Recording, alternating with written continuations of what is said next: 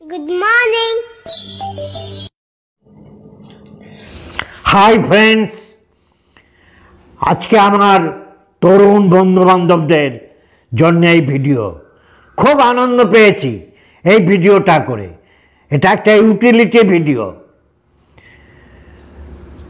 যারা আজ 18 বছর বয়সে পা দিয়েছে, যারা টিনেজার, তাদের জন্য এই ভিডিও। এই ভিডিও যদি আমার 17-18 বছর বয়সে পেতাম তাহলে অনেক ভুল আমি করতাম না।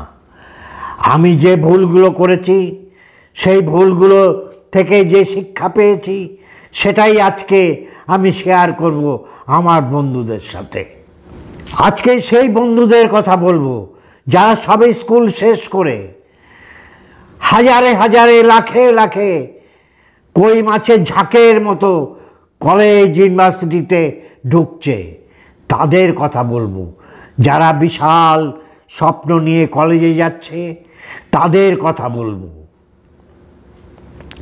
তাদের কিছু গোল্ডেন অ্যাডভাইস দিতে এসেছি, যে অ্যাডভাইস আমি পাইনি। সেই ভুল থেকে যে শিক্ষা আমি পেয়েছি, সেই শিক্ষার ভিত্তিতে কিছু অ্যাডভাইস তোমাদের দেব, যা তোমাদের জীবনের পাথেয় হবে, তোমরা জীবনে সফল হবে। এই 18 বছরটা খুবই গুরুত্বপূর্ণ।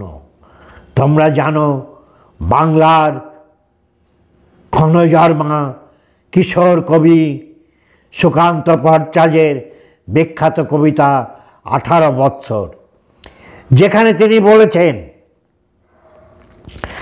18 বছর বয়স কি দুঃসহ, স্পর্ধায় নেয় মাথা তোলার ঝুঁকি। 18 বছর বয়সেই অহরহ বিরাট দুঃসাহসেরা দেয় যে উকি। 18 বছর বয়সের নেই ভয়, পদাঘাতে চায় ভাঙতে পাথর বাঁধা। এই বয়সে কেউ মাথা নোয়াবার নয়। 18 বছর বয়স জানে না কাদা। অতএব আজকে তোমাদের এই 18 বছর বয়স বা 20 বছর বয়স, এই টিনেজে তোমাদের আজকে সিদ্ধান্ত নিতে হবে। তার জন্যে আজকে আমার ভিডিও, এটা তোমাদের দেখতেই হবে। কোনো রকম স্কিপ না করেই তোমরা এটা দেখো। সেই 18 বছরেদের আমি বলছি, আমি সুজয় দে। আমার চ্যানেলের নাম সুজয় দে। আমি একজন রিটায়ার্ড ব্যাংকার। আমি জীবনে যে ভুলগুলো করেছি, আমি যেগুলো পারিনি, সেগুলো তোমাদের শেখাতে এসেছি। তোমরা যদি এতটুকু উপকৃত হও, বুঝবো আমার ভুলগুলো থেকে তোমরা শিখেছ। Failure is the pillar of success. My failure, your success. আর তোমাদের যদি এই ভিডিওগুলো ভালো লাগে, তাহলে সাবস্ক্রাইব করো, লাইক করো, শেয়ার করো, কমেন্ট করো। আগামী দিন যাতে আমি ইন্সপিরেশন পাই, উদ্দীপ্ত হই নতুন নতুন ভিডিও করতে। আমি আজকে কয়েকটা অ্যাডভাইস দেব, যা তোমাদের জীবন পাল্টে দেবে। প্রথম অ্যাডভাইস,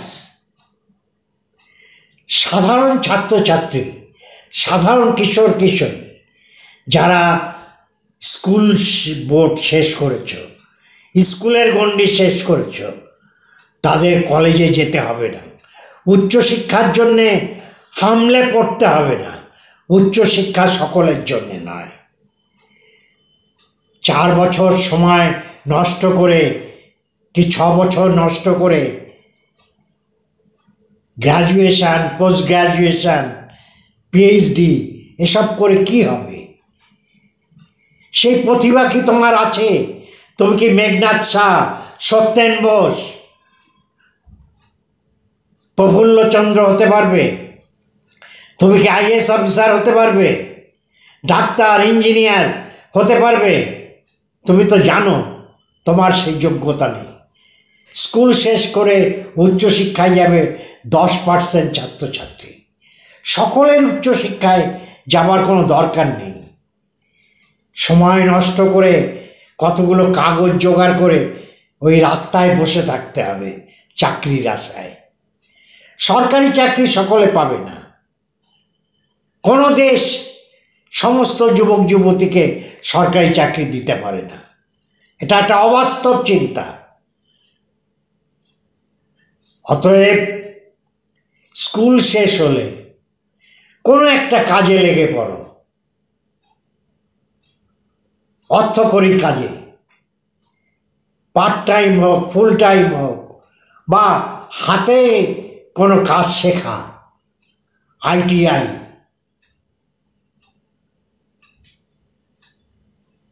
অনেক প্রতিষ্ঠান আছে। কাজ শেখো, নিজে অর্থ উপার্জন করা শেখো। নানা এভিনিউজ আজকে আছে। সকলেই অধ্যাপক হবে, সকলেই শিক্ষক হবে, সকলে ডাক্তার ইঞ্জিনিয়ার হবে, হয় না। সকলের পক্ষে সম্ভব না। 80% ছাত্রছাত্রীর পক্ষে সেটা সম্ভব না। তবে তোমরা কলেজে কেন যাবে? 4টে বছর বাবা মা বলবে যা যা গ্র্যাজুয়েটটা হ। গ্র্যাজুয়েট হয়ে কি ছিড়বে? কি হবে গ্র্যাজুয়েট হয়ে? PhD হয়ে ঝাড়ুদারের চাকরির অ্যাপ্লিকেশান করছে। এই তো আমাদের দেশের অবস্থা, শিক্ষার মান। আমাদের শিক্ষা স্বাবলম্বী করে না। আমাদের শিক্ষা, আমি BCom MCom আজ থেকে 50 বছর আগে করেছি, কোনোদিন শেখায়নি কি করে বিনিয়োগ করতে হয়, কি করে শেয়ার মার্কেটে টাকা খাটাতে হয়, কি করে টাকা কম্পাউন্ডিং হয়, এসব হাতে কলমে শেখায়নি। আমাদের শিক্ষা পুঁথিগত শিক্ষা। এই শিক্ষা দিয়ে একটা মানুষ স্বনির্ভর হতে পারবে না। সেই শিক্ষার পিছনে ছুটে অযথা সময় নষ্ট কেন করবে তোমরা? তোমাদের অমূল্য সময়, তোমাদের জীবনের সেরা 4-6টা বসন্ত শুধু শুধু কলেজে ইউনিভার্সিটি যে নষ্ট করছো কেন? প্রথম অ্যাডভাইস, স্কুল গণ্ডি শেষ হয়ে গেলে এবার তুমি নিজে স্বনির্ভর হবার, আর্থিকভাবে স্বনির্ভর হবার চেষ্টা করো। তোমরা ভুলে যেও না, তোমরা অমৃতের সন্তান। তোমাদের ভিতর অনন্ত শক্তি আছে। লেখাপড়া না হতে পারে, তোমাদের ভিতর কেউ খেলাধুলো, শরীরচর্চা, কেউ আঁকা, কেউ গান, কেউ ছবি আঁকা, নানা রকম গুণ তোমার ভিতর রয়েছে। সেটাকে জাগিয়ে তোলো, সেটাকে অনুশীলন করো, সেটাকে উপলব্ধি করো। তোমার ভিতর হয়তো নানা টেকনিক্যাল জ্ঞান, তুমি হয়তো কম্পিউটারে দারুণ ভালো কাজ করো, তুমি সেই পথে চলো। শুধুমাত্র স্কুল কলেজে পড়াশুনো করে জীবন সফল হওয়া যাবে না। অযথা সময় নষ্ট করো না।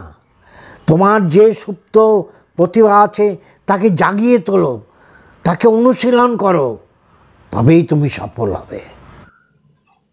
পার্ট টাইম জব করো, ছোটোখাটো ব্যবসা শুরু করো।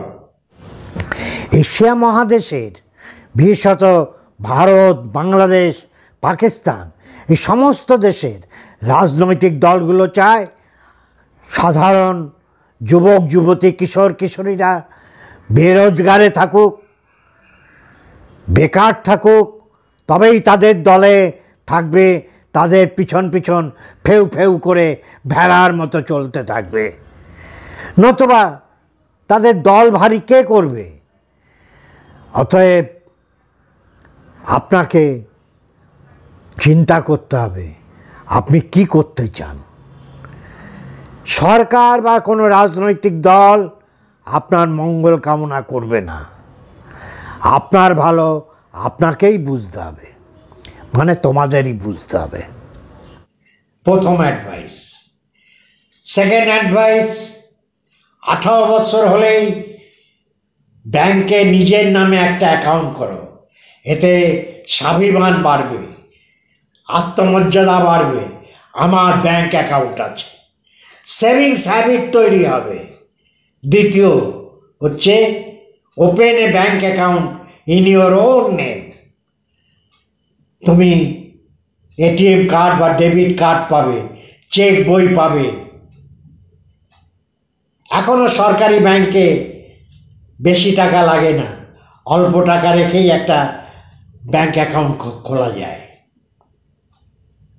তাতে তুমি 10-20 টাকা করে জমাতে থাকো, অভ্যেস করো, সেভিংস হ্যাবিট তৈরি হবে। হাতে টাকা থাকলেই খরচ হয়ে যাবে। 2, ব্যাংকে অ্যাকাউন্ট ওপেন করো। 3, যেটা সাধারণভাবে আমরা বলি, ক্রেডিট কার্ড নিও না। ক্রেডিট কার্ড নিলে ঋণের গহ্বরে ডুবে যাবে। এখানে বলবো তোমরা একটা ক্রেডিট কার্ড নাও এবং নিজেকে কন্ট্রোল করো যে আমি প্রতি মাসে 200 টাকা কি 100 টাকা খরচ করব ক্রেডিট কার্ড দিয়ে, এবং সেটা ডিউ টাইমে পরিশোধ করব। তোমরা বলবে কাকু এতে লাভটা কী হবে? এতে অনন্ত লাভ, তোমার সারা জীবনের জন্য লাভ। সেটা কি? ব্যাংক থেকে লোন নিতে হলে ক্রেডিট স্কোর বলে, সিবিল। এই ক্রেডিট স্কোর নির্ভর করে তোমার অর্থনৈতিক পারফরমেন্সের উপর। যদি তুমি ক্রেডিট কার্ডটা নাও এবং সেখান থেকে যে টাকাটা তুমি নিলে, খরচ করলে, সেটা ডিউ টাইমের ভিতর পরিশোধ করো, তাহলে তোমার ক্রেডিট পারফরমেন্সটা খুব ভালো হয়ে যাবে। এবং ভবিষ্যতে যখন তুমি কোনো ব্যবসা বা কোনো উদ্যোগের জন্যে ব্যাংকের কাছে টাকা চাইবে, ব্যাংক দেখবে তোমার ক্রেডিট স্কোর অর্থাৎ তোমার ফিনান্সিয়াল পারফরমেন্স খুব ভালো, ক্রেডিট স্কোরটা খুব ভালো।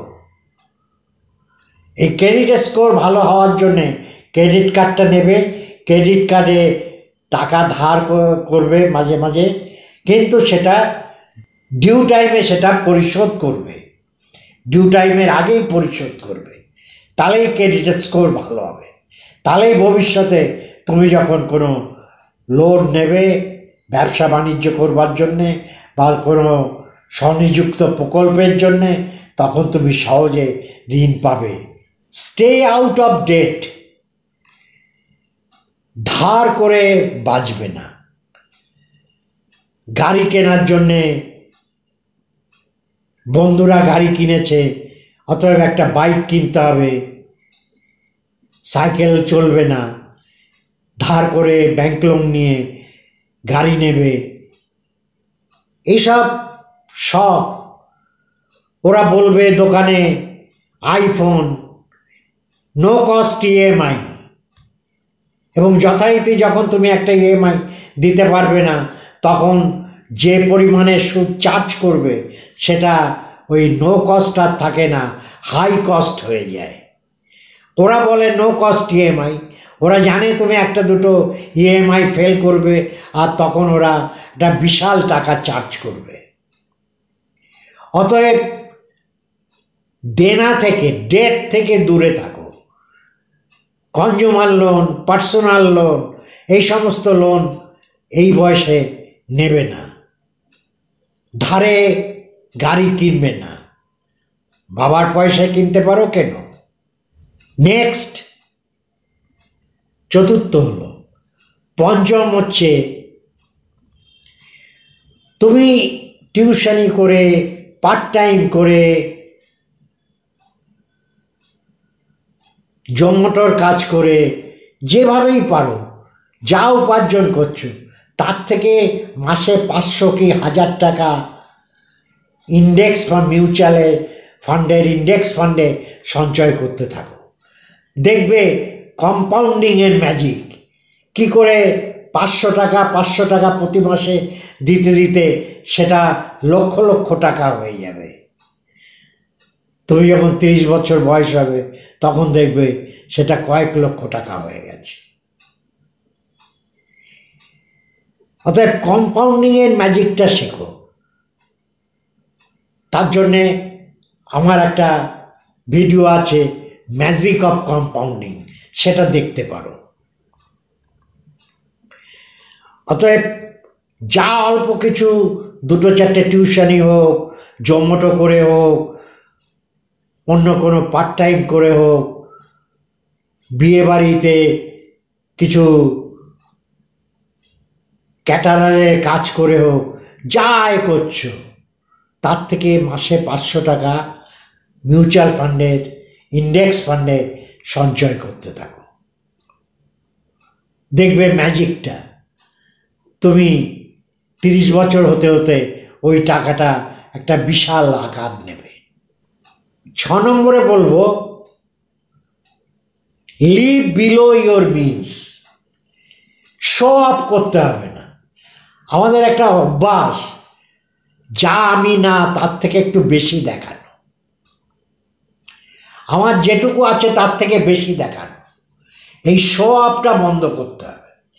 তুমি তোমার যা স্ট্যান্ডার্ড তার থেকে একটু কমে নিচু স্তরে থাকো, তাহলেই তোমার সেভিংস বাড়তে থাকবে, ইনভেস্টমেন্ট বাড়বে, সঞ্চয় বাড়বে। সঞ্চয় বাড়লে ইনভেস্টমেন্ট করতে পারবে। অতএব এই কয়েকটা কথা যদি তোমরা মনে রাখো, তাহলে দেখবে তোমাদের জীবন অন্যরকম হয়ে গেছে। কারোর কাছে ভিক্ষের পাত্র নিয়ে ঘুরতে হবে না, চাকরির জন্যে কারোর কাছে দরবার করতে হবে না, রাস্তায় ঝড় বৃষ্টিতে বসে চাকরি চাই চাকরি চাই বলতে হবে না, নিজেরাই স্বনির্ভর হবে। আর একটা কথা মনে রাখো, চাকরি করব না চাকরি দেব, এটা তুমি ডিসাইড করো। তুমি চাকরি করবে মালিকের হয়ে, না তুমি লোককে চাকরি দেবে। ছোট্ট একটু প্রতিষ্ঠান করো, তাতেও তুমি 1-2 লোককে কাজে নিয়োগ করতে পারবে। তুমি চাকরি দেবে, তুমি চাকরি করবে না। এই মন্ত্র কটা জপ করলে তোমার জীবন সুন্দর হয়ে উঠবে। তোমাদের সকলের প্রতি আমার শুভকামনা রইল। তোমরা এগিয়ে চলো, তোমরা সফল হবেই, এ আমার প্রতিশ্রুতি।